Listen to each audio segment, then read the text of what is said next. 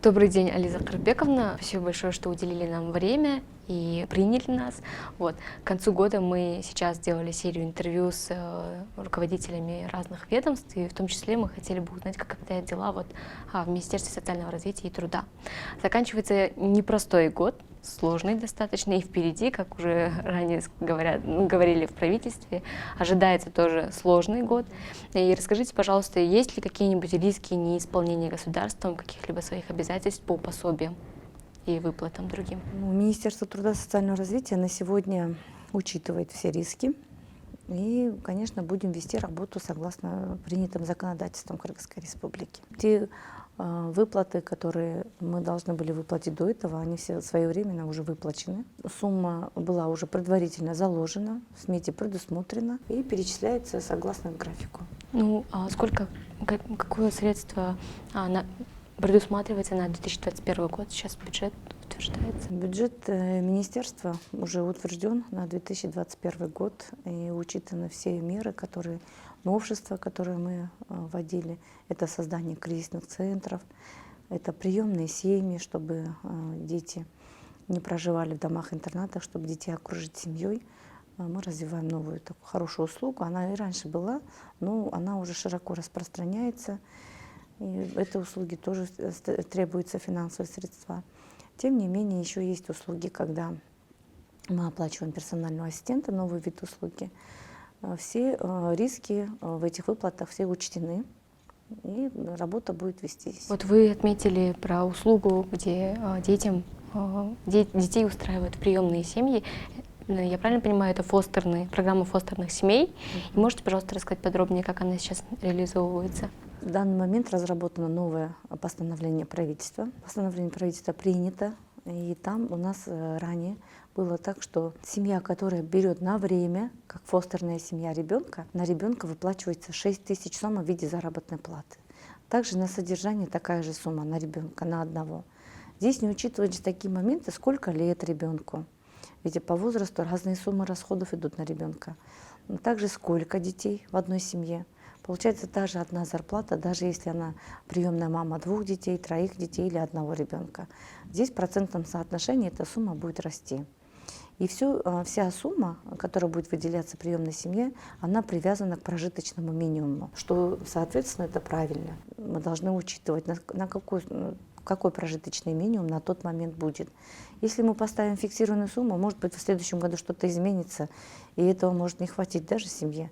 Поэтому прожиточный минимум ежегодно утверждается, меняется. И согласно этому, к этому привязка идет, заработной платы и содержание ребенка. она этим уникальна. И в процентном соотношении.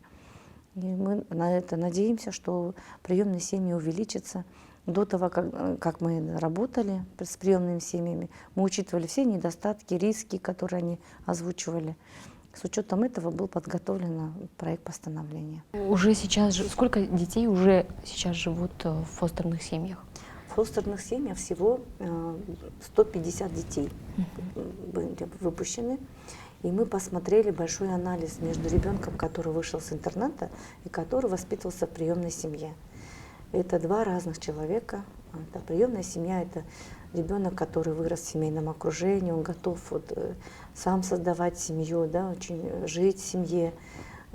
Очень много таких хороших моментов, которые необходимы для ребенка. И в данный момент у нас 63 ребенка воспитываются в приемной семье. А 150 детей это? Это были выпущены из приемных семей. То есть они достигли совершеннолетия? Да. Они достигли совершеннолетия.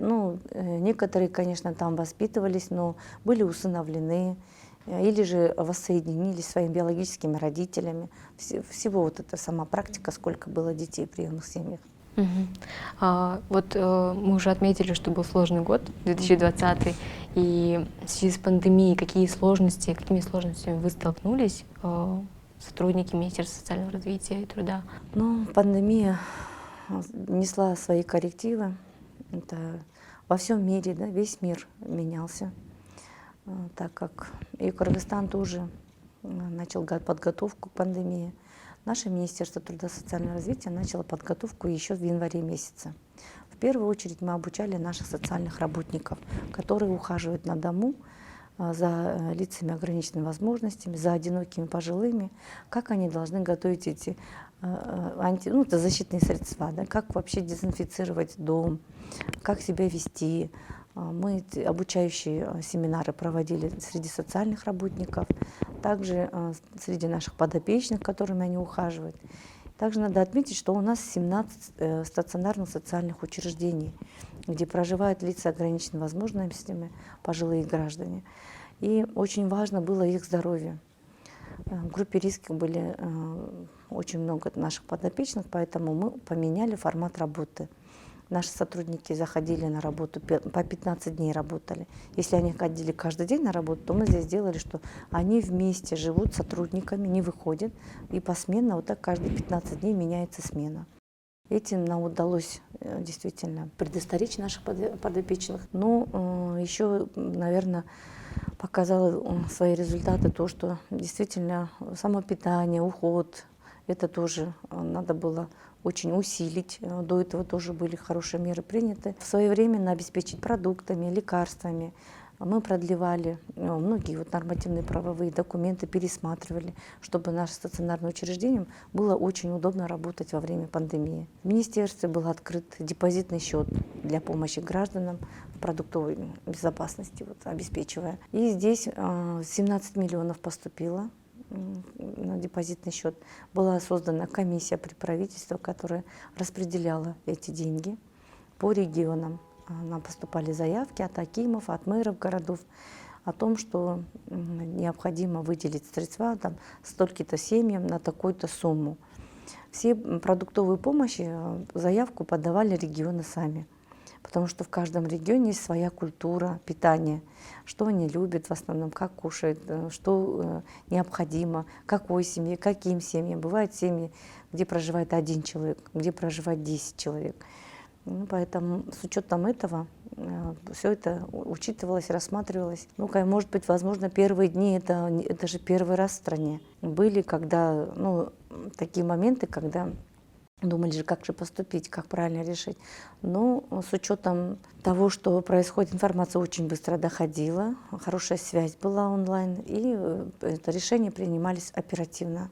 У нас при правительстве открылся штаб помощи, он находился во Дворце молодежи. Там работали 3 министерства, 3 госоргана, то есть Министерство культуры, Министерство труда и социального развития и Госагентство молодежи, спорта, физической культуры. Все молодые сотрудники были волонтерами, вышли работать, все они госслужащие.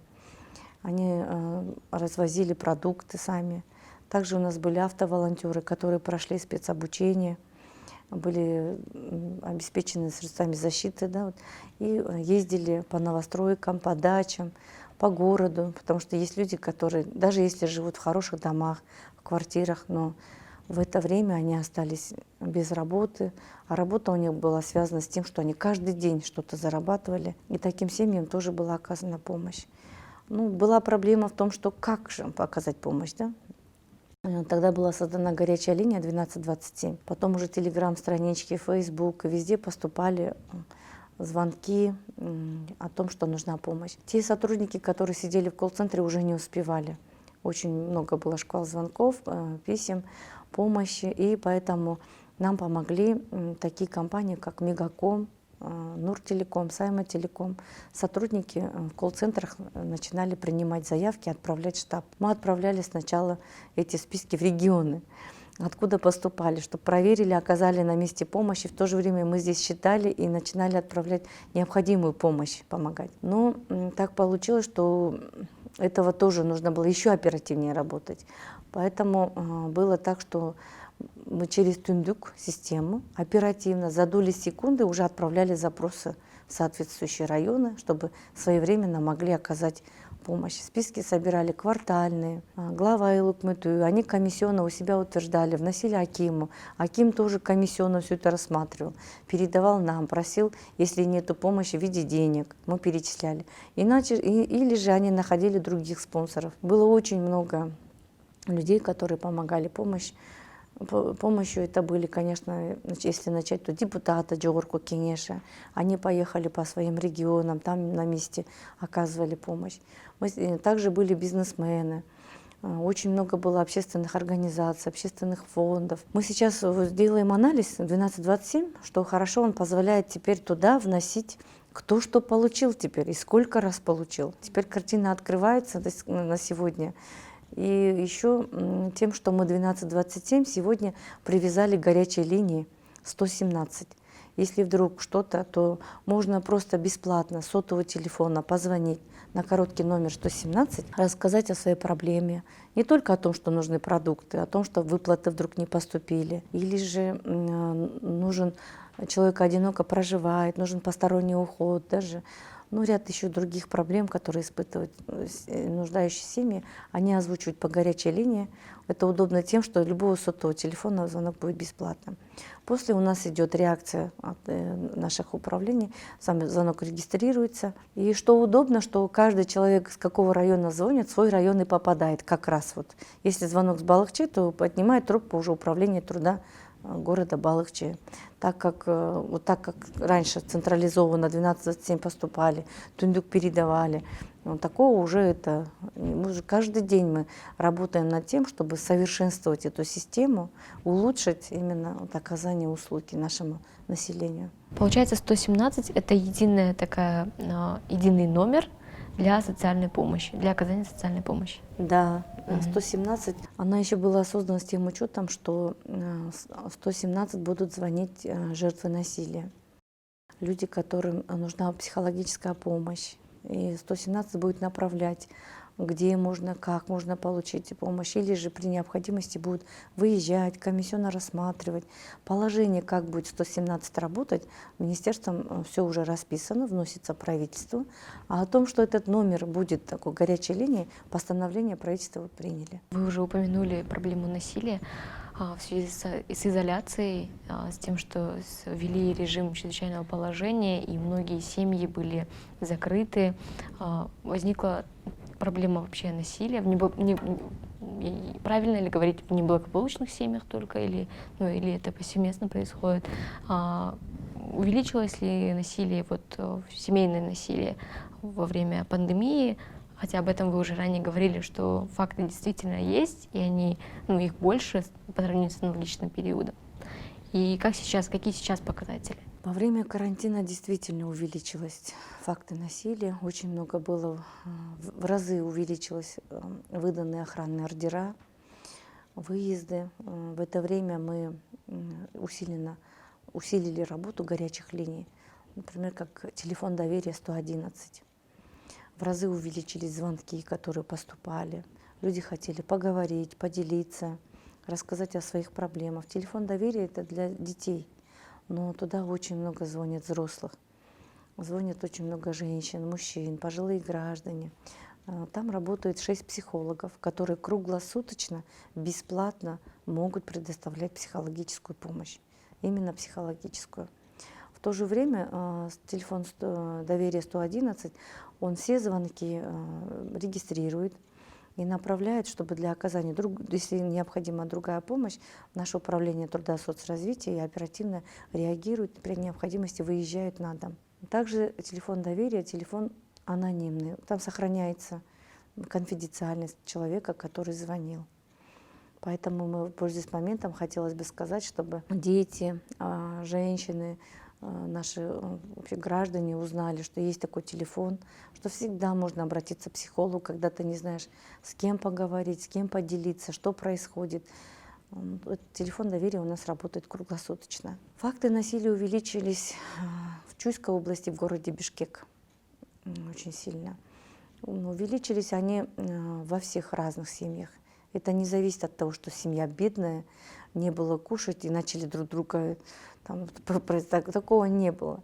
Факты насилия бывают и в благополучных семьях. Здесь в основном насилие было в отношении женщин, очень было много. Женщинам мы раздавали листовки, буклеты, куда обращаться, в кризисные центры, телефоны онлайн-психологов в кризисных центрах тоже бесплатно в это время работали, предоставляли помощь.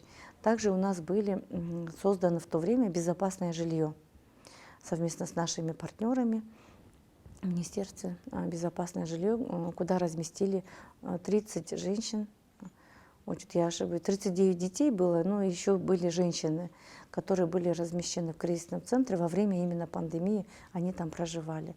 Те кризисные центры, которые уже существуют, работали, мы туда их разместить не могли, потому что это было очень небезопасно в связи с тем, что это был карантин, поэтому было открыто новое безопасное жилье. Это в Бишкеке, да? Это было в Бишкеке. И надо сказать, что в конце вот 4 женщины, которые были в кризисном центре, приняли решение не возвращаться в свои семьи. Потому что здесь должна быть работа не только с жертвой насилия, женщины, а еще работа с насильником. Надо с ним еще работать. Вот такие моменты тоже прорабатывались комплексно, как работать. Потому что когда происходит насилие, у нас работают 11 субъектов. Вообще всего в целом, если включить там судьи, там другие госорганы надзорные, то 17 субъектов принимает участие, а в тот момент у нас подключается 11 субъектов, которые совместно, комплексно работают с жертвой насилия, но также и с человеком, который совершил насилие. Мы сейчас готовим такие специальные коррекционные программы для тех, кто совершает насилие. На Иссыкуле вот у нас успешно идет проект, где 2 человека, это один работает мужчина с мужем, женщина с женщиной, с женой. Вот такие моменты хорошую практику берет эти инструкторы, как эта работа стоит. Очень необходимо, потому что поработать только жертвой это очень мало. Где происходит насилие, нужно работать в комплексе, даже с близкими родственниками, с семьей, с родителями тоже этой семьи. Потому что, возможно, они тоже какие-то факты влияния есть. Да? Мгм. Вот вы упомянули кризисные центры. Расскажите, пожалуйста, как сейчас обстоят дела с кризисными центрами, сколько их по стране? И вот вы сказали, что предусмотрены открытие новых кризисных центров в 2021 году, да? Да. Всего у нас кризисных центров 17. Многие из них работают по госсоцзаказу. Они в министерстве выигрывают гранты. Согласно государственного социального заказа участвуют в конкурсе и на основании этого работают. Они очень активно работают, у них есть еще другие гранты, проекты, помощи, которые они ищут со стороны. В многих местах они работают даже бесплатно. Ну, государство на сегодня нуждается все-таки в государственных кризисных центрах, и у нас планируется открытие государственного кризисного центра в 2021 году, в 2022 году. Также город Бишкек, мэрия, открывает кризисный центр в 2021 году. Это будет муниципальный кризисный центр. Это очень необходимо. В многих странах уже есть государственные кризисные центры. Ну, конечно, у нас очень развито гражданское общество, и те кризисные центры тоже хорошую помощь оказывают. Но, тем не менее, необходимы и государственные кризисные центры. Также у нас кризисный центр Сесизим открыл в этом году социальный дом НУР. После того, как жертва насилия реабилитируется, то есть получает помощь в кризисном центре, он еще должен некуда идти, вот женщина. Она не хочет возвращаться домой. Ее опять же начнут воссоединять. Да? В общем, она приняла решение жить по-другому. Она должна где-то проживать. И поэтому социальный дом НУР — это шелтерский центр, который будет после кризисного центра размещать женщин с детьми или же других жертв насилия. Вы сказали, что все-таки необходимо, чтобы были государственные кризисные центры. А в чем будет заключаться их особенность? Чем они будут отличаться от тех же самых 17 кризисных центров, которые сейчас работают? Сейчас работают кризисные центры, они работают согласно госсоцзаказу. Госсоцзаказ мы ежегодно объявляем. Они выигрывают эти конкурсы. Но есть же риски, что выиграет другой кризисный центр, возможно, да, в другой области. А в этой области кризисный центр. Поэтому, если есть государственный кризисный центр, тем более в 2 городах, как Бишкек и Ош, это очень необходимо, потому что женщина, жертва насилия, берет детей и вынуждена выйти из дома. Да? Вот в этом году принят очень хороший закон, когда можно будет задерживать на 48 часов, где происходит насилие в отношении насильника. Да? И это тоже замечательно. Получается, насилие происходит, мы их оставляем в этом же доме и выдаем охранный ордер. Это первая реакция. Но бывает случай, что нужно забрать жертву. А с принятием данного закона, то получается, что милиция задерживает на 48 часов насильника.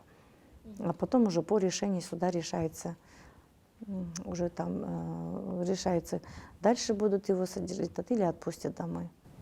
Сколько всего планируется открытие кризисных центров в 2021-2022? Да?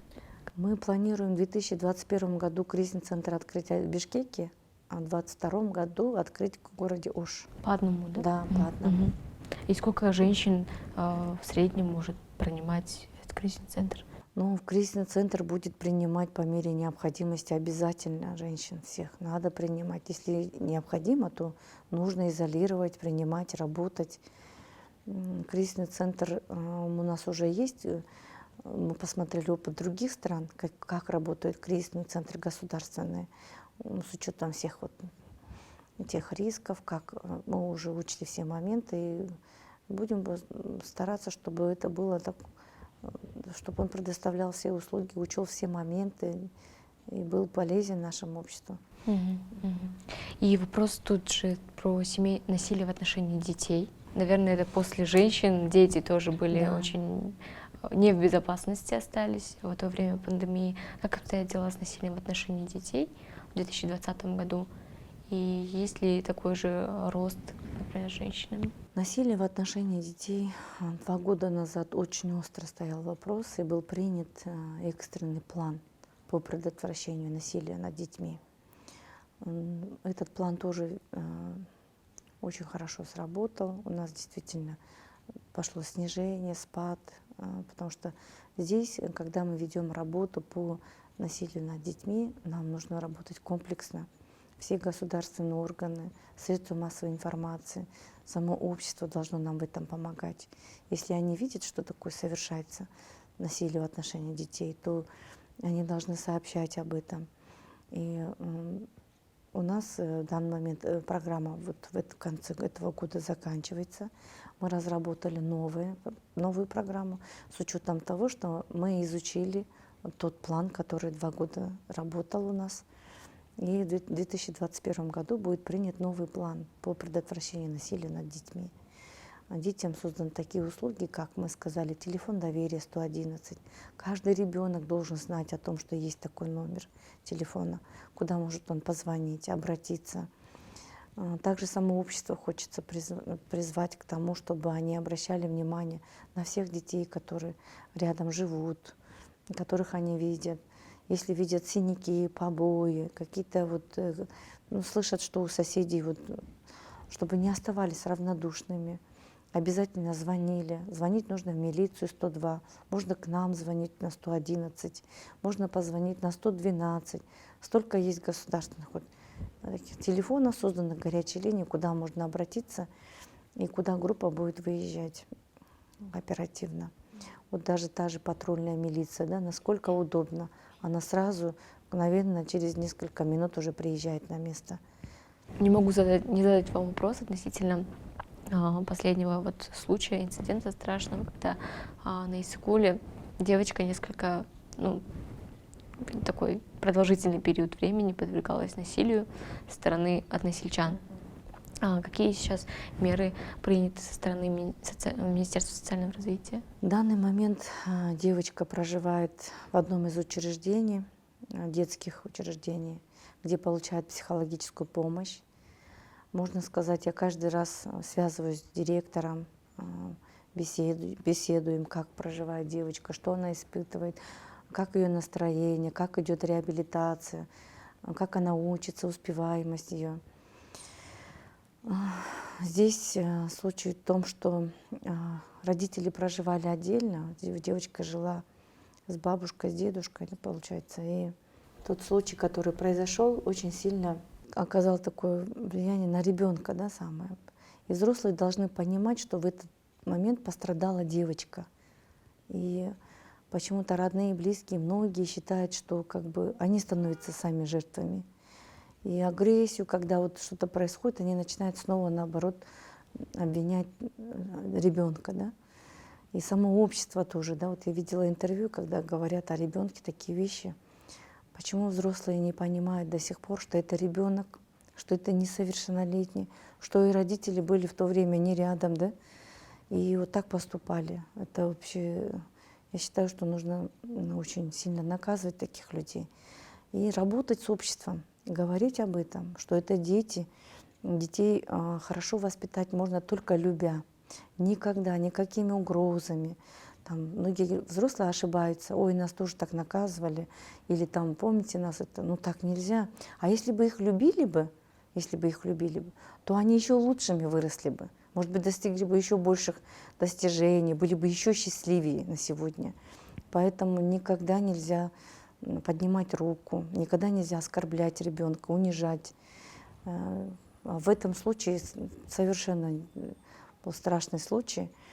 Только любя, хваля ребенка, да, восхищаясь им, можно вырастить очень замечательного человека. Ну, сейчас, получается, реабилитация идет, да, ее? Девочка будет до конца, как учебу закончит, будет проживать в данном учреждении. Учреждение замечательное, очень хорошо помогает ребенку. Ребенок забывает. Ну, когда начинаются вот эти судебные разбирательства, то есть, В которых она сама тоже участвует? да, она же участвует, и это очень сильно ее травмирует.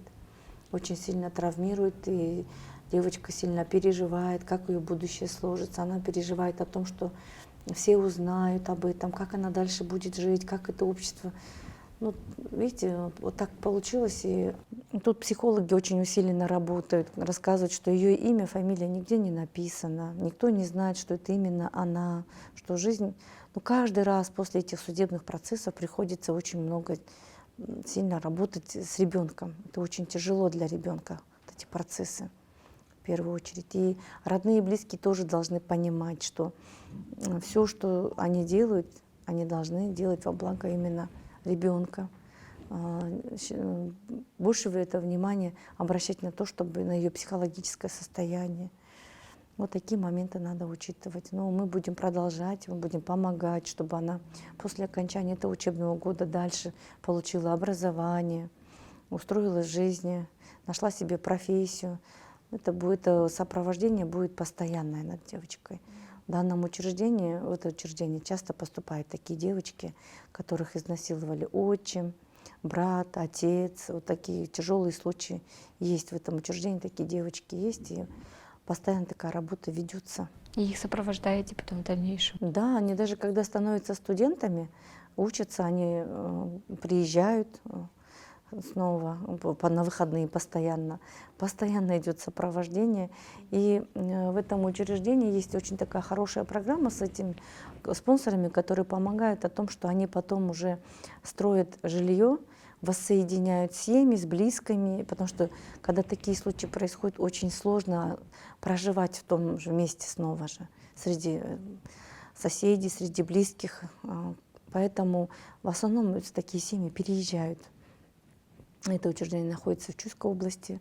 Приезжают со всего Кыргызстана те семьи, в которых произошли такие случаи. Вот в начале пандемии, вернемся снова к этой теме, нам сообщали, что многих детей из детских интернатных учреждений забирали родственники. И вот я хотела спросить, как вообще обстоят дела сейчас? И они остались в своих семьях или же все-таки после окончания пандемии их вернули? У нас было около 12 тысяч детей в интернатных учреждениях.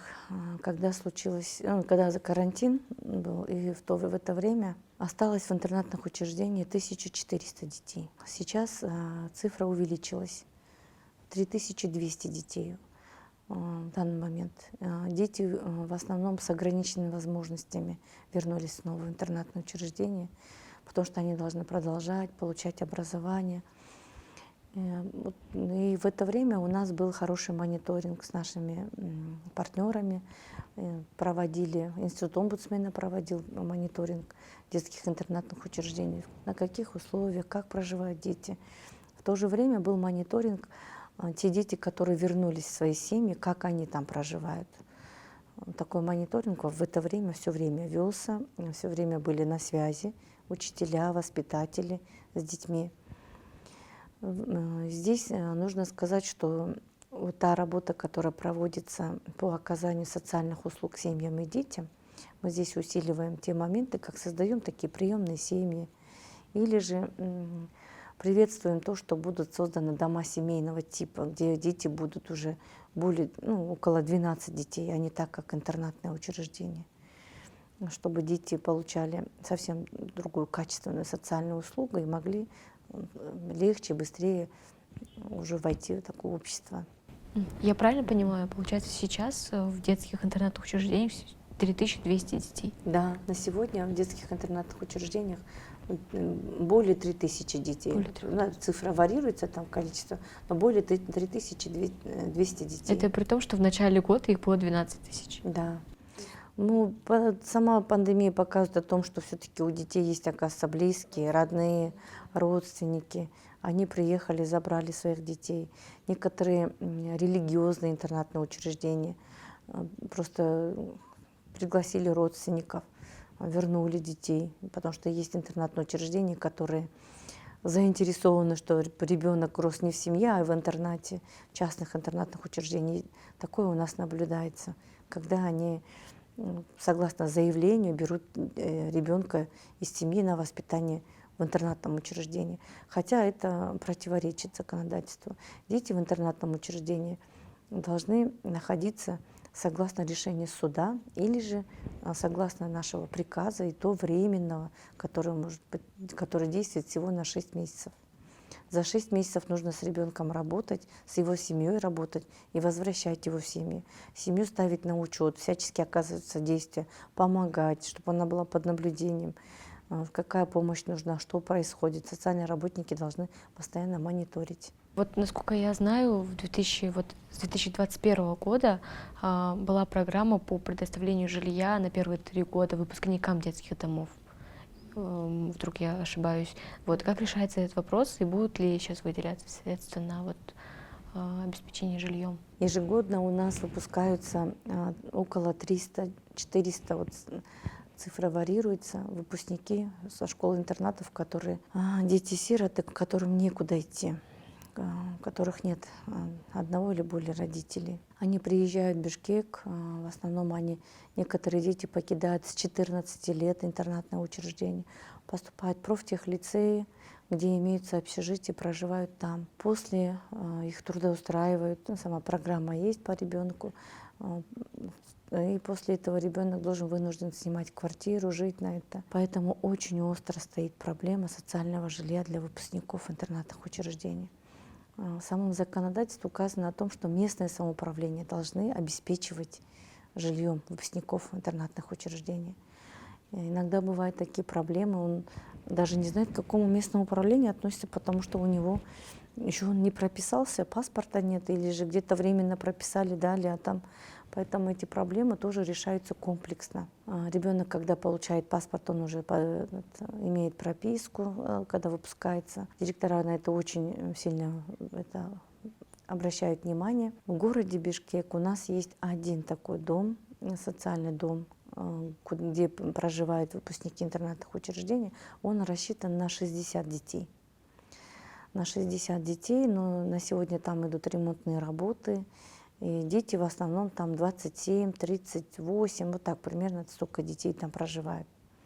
Сейчас в министерстве мы разрабатываем положение о таких учреждениях. До какого возраста может ребенок там проживать, как он принимается туда, какие должны быть еще дополнительные социальные услуги для ребенка, который выпустился с интерната и будет проживать в социальном доме. Вот эта программа в данный момент министерством у нас сейчас разрабатывается. Она уже почти готова, мы уже его обсуждаем, как будем эту работу вести. Потому что есть еще другие такие социальные дома, где проживают выпускники интернатных учреждений, которые созданы общественными объединениями, гражданским обществом, муниципальными учреждениями. Но правила должны быть, потому что бывают случаи, что там проживают до 30 лет, а приходит выпускник, которому 14 лет. Они вместе уже не могут жить, поэтому должны быть правила. До какого возраста, а как достигает возраст, дальше что делать этому ребенку? Он уже не ребенок, он уже 23-25, там, допустим. Как его реинтегрировать в общество? социализировать, в общем, в общество. Такие программы мы сейчас делаем. Этот человек, вот, он становится как бы трудной жизненной ситуации, и у нас есть программа работы с семьями, да, план. Если это ребенок, то это будет индивидуальный план, который составляется на ребенка. Но когда он уже совершеннолетний, то план мы на семью готовим и рассматриваем в рамках этого плана все эти моменты, мероприятия, которые должны выполнять, и в рамках этого ведем эту работу. Вот тоже самое про детей, которые остались без попечения. Какие меры вы принимаете для того, чтобы искоренить или же исключить какие-нибудь коррупционные моменты при усыновлении или при удочерении детей из детских домов? Ну, чтобы ребенка усыновить, в первую очередь поставить его в базу данных как ребенок, который может быть усыновленным, нужно иметь статус, дать статус ребенку в первую очередь. Там тоже огромный пласт работы, потому что ребенок, который остался без попечения родителей, лишен родительских прав, да, судом, такие моменты, все это вся процедура, которым занимаются наши работники. После он становится в базу данных, может проживать в приемной семье, может проживать в интернатном учреждении. Но его кандидатура как ребенок, которого можно усыновить, он уже сидит в базе. Раньше была проблема в том, что каждый кандидат-усыновитель, да, приходил и каждый раз, каждые 2 года обновлял документы, становился кандидатом. Каждые 2 года мы снова вызывали и спрашивали. А если он за 2 года не находит, он просто отворачивается и знает, что такое волокита, собирать документы, просто уходит. Поэтому мы в первую очередь облегчили эту ситуацию. 11 справок мы собираем сами. Вообще в целом у нас в Министерстве труда и соцразвития при оказании любой услуги мы можем собрать сами посредством через Тундук. В этом году вот за 14 месяцев мы 5 миллионов справок так собрали во всех своих услугах. Когда выплаты назначали, когда другие услуги оказывали. В усыновлении точно так же. Человек приносит только автобиографию и медицинское заключение. После того, как он становится кандидатом, у него есть доступ посмотреть, он же пишет, какого возраста дети должны быть, какой национальности, какого пола. И там, где он проживал, район вытаскивал ему. А чтобы увидеть больше, он должен был ездить по районам, по другим районам. Именно по тем районам, где находятся интернатные учреждения, где живут дети. Сейчас мы это все ввели в единую базу. Кандидат-усыновитель может в единой базе посмотреть, всех детей увидеть. Вот такая процедура была проделана. Но есть, конечно, такие вещи, как многие жалуются, почему очередь не двигается. В связи с тем, что все хотят новорожденных детей, маленьких детей, до 3 лет, до 5 лет. А дети остаются без родителей, то есть уносятся в базу и в 15 лет, и в 14 лет, и в 10 лет. И, конечно, еще состояние здоровья ребенка тоже какое. Иногда бывает, что у ребенка патологические болезни. Родители, кандидаты тоже смотрят на такие вещи. В связи с этим, конечно, у нас вот примерно статистика такая, около 300, если кандидатов, и где-то 300 детей. А так сказать легко, их же 300, почему бы не воссоединить, да? Но тут, конечно, у кандидатов есть свои тоже, да, но мы при усыновлении в первую очередь должны обращать внимание на то, что мы должны найти для ребенка семью, а не для семьи ребенка. Вот этот момент должен самым быть приоритетным. Если вот вы сказали, что большинство хотят новорожденных детей, а есть ли какие-нибудь поощрения для тех семей, которые готовы усыновить, например, ребенка постарше возраста или ребенка с инвалидностью взять в семью? Ну, если ребенок с инвалидностью усыновили, то государство помогает тем, что детей, у которых ограниченные возможности, то выплачивается, конечно, сопровождается выплатами пособий. А там, что старше, такого нету. Потому что старший ребенок все равно его легче еще воспитывать. Он же уже взросленький, тоже таких норм у нас не предусматривается. Ну, здесь надо только быть очень осторожным, контролировать, даже после усыновления работать с семьями. Потому что бывает, что семья хочет усыновить и эксплуатирует детей, имеет подсобное хозяйство, там, допустим. Такие моменты тоже может быть. Поэтому Наши социальные работники постоянно мониторят, смотрят, всесторонне делают хорошую оценку, и после этого только... И это не значит, что мы даем на усыновление. На усыновление в конце все-таки решение принимает суд, только судебным решением. Раз про людей с инвалидностью, да, отдельно у меня есть вопросы. Недавно вот вы сами посетили кафе, где работают люди с инвалидностью, и есть ли какие-нибудь программы для поддержки предпринимателей или, может быть, вообще деятельности, да, которые ведут сами, может быть, люди с инвалидностью?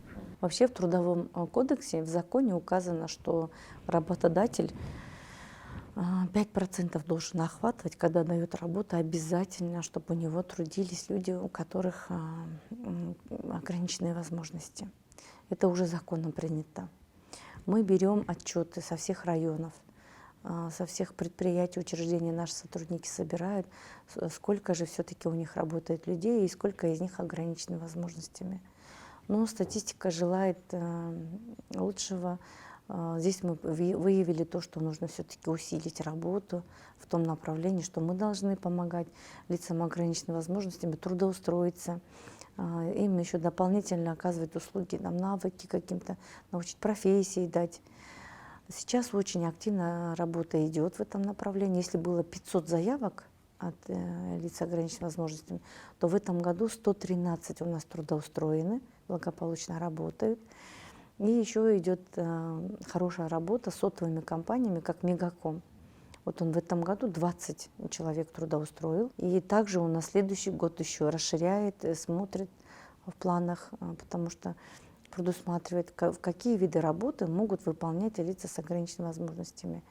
Но есть еще такие моменты, когда мы должны проработать, как он туда доедет, как он дойдет туда, даже позволяет ли инфраструктура, чтобы он добрался до работы, есть ли у нас возможности, чтобы он мог получить образование. Или еще один такой важный момент, чтобы лица с ограниченными возможностями могли работать на государственной муниципальной службе. Мы сейчас это разрабатываем, хотим охватить тоже эту квоту. И насколько я знаю, что в госкадровой службе тоже при принятии на работу государственной муниципальной службы обязательно служащие, то есть кандидаты, они сдают тесты, экзамены, и они оборудование тоже под это вот уже делают, чтобы наши лица с ограниченными возможностями имели возможность сдать тестирование, сдать экзамены и поступить на работу в государственную муниципальную службу. Относительно инфраструктуры. Кыргызстан ратифицировал конвенцию по лицам с ограниченными возможностями здоровья. Какие-нибудь тоже меры принимаются для того, чтобы создать соответствующую инфраструктуру, создать условия для того, чтобы социализировать этих людей с ограниченными возможностями здоровья? Здесь нужна огромная комплексная работа. По ратификации конвенции о лицах с ограниченными возможностями разработан план правительства. В данный момент он в аппарате правительства, министерство разработало, согласовало со всеми государственными органами, которые будут принимать участие, что они действительно согласны, что у них имеются денежные средства на реализацию, на решение этих задач, программ. И оно уже согласовано, в данный момент находится в аппарате правительства на рассмотрении. Но это не значит, что все ждут плана. Работа идет параллельно. Города, села, везде идет активная работа, как можно облегчить работу. Проводятся вот эти учебные семинары. Конечно, в первую очередь мы картируем, да, карта идет, в какой области, в каком районе, сколько таких людей, по какой заболеваемости, да, и какие услуги нужно усилять. Вот такие моменты у нас. Например, можно сделать элементарные вещи, как обеспечить парковкой хотя бы, да? Поставить кнопку вызова. Просто он пришел, он просто позвонил и мог найти эту кнопку, позвонить и вызвать. И человек, который, когда звенит кнопка, могли понять, почему она звенит, что нужно делать в это время. Обычно такие вот оснащенные здания, куда можно проехаться на инвалидной коляске. Да? И, конечно же, санузлы, когда люди для себя строят, они должны учитывать того, что сюда могут и зайти люди с ограниченными возможностями, что и она должна быть удобной и для них, помыть руки, там, Кроме этого, есть люди, которые не видят. Да? Для них, например, можно сделать кнопки такие, чтобы они могли почувствовать. В лифтах можно сделать просто аудиозаписи. Даже объявить, какой этаж, куда, что, чтобы он услышал. Это очень такого прям дорогого не стоит. Здесь, мне кажется, больше всего нужно еще желание самого общества, людей. Все новые здания, которые строятся сейчас, они строятся с учетом того, чтобы оказать, чтобы такие услуги, чтобы люди с ограниченными возможностями имели возможность попасть в здание, получить эту услугу. Но есть еще и старые здания, которые тоже надо провести соответствующую работу, оснастить. Эта работа в целом это идет постоянно, идет, но очень медленным темпом. По прогнозам, есть какие-нибудь прогнозы, сколько времени понадобится Кыргызстану для того, чтобы создать хотя бы минимальные условия? Ну, мы там должны ускорить этот процесс, ускорить, так как ратификация конвенции, это говорит о том, что мы должны дать отчет мировому сообществу, что сделал Кыргызстан, и отчет будет в марте месяце. Да, 2021 года, и мы должны уже сказать, что мы приобрели автобусы, на которых они могут ездить. У нас тротуары, там, у нас такие бульвары, парки, общественные туалеты, допустим, вот такого уровня, что можно. Принято ряд таких-то законодательств или таких нормативно-правовых актов, там, даже такие, как сурдоперевод, да, там, вот, видите, новости, телевизоры. А вы посмотрите, закройте уши или глаза, послушайте. Удобно, нет? Вот, например, да, вот такие моменты.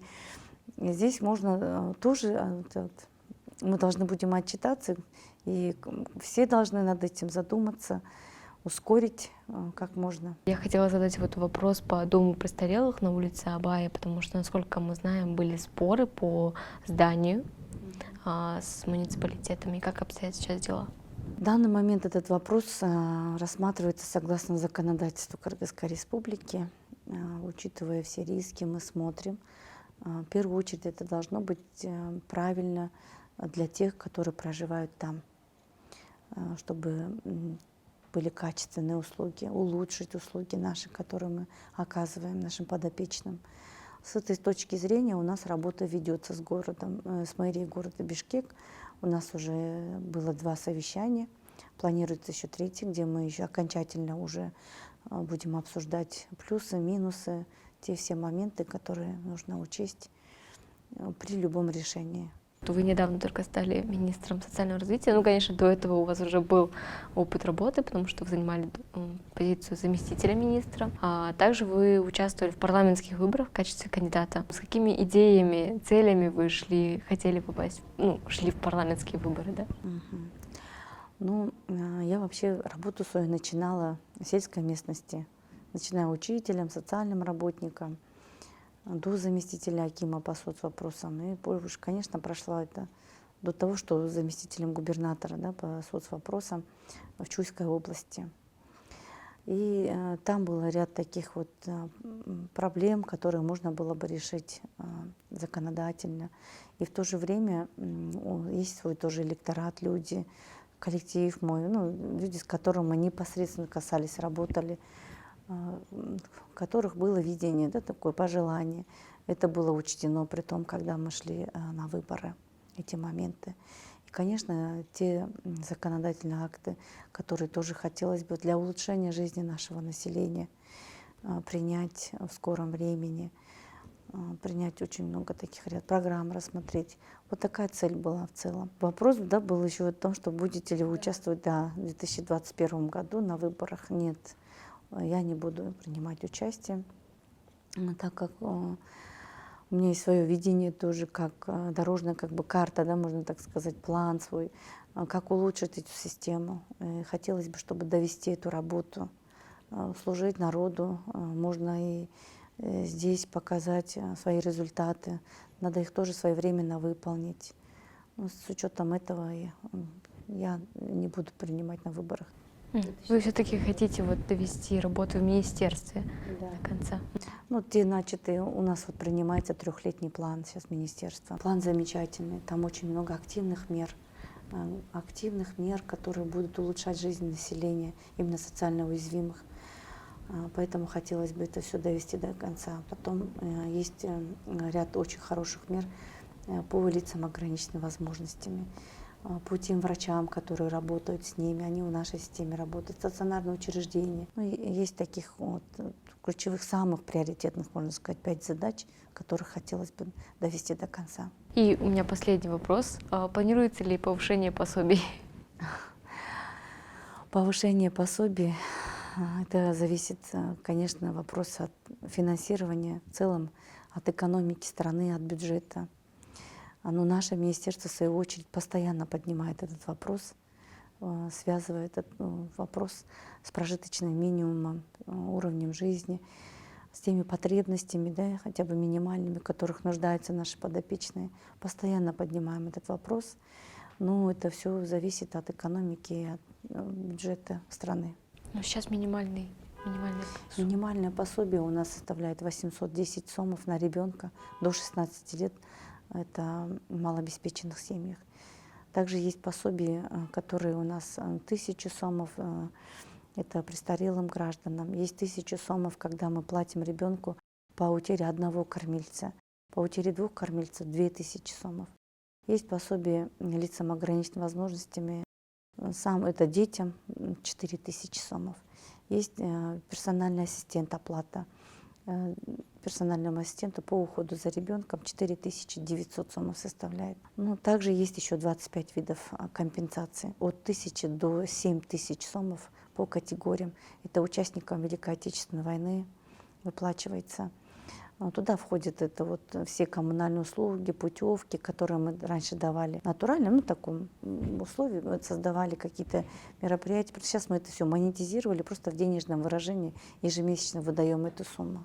Спасибо большое за то, что уделили еще время для нас и рассказали подробно, ответили подробно на наши вопросы.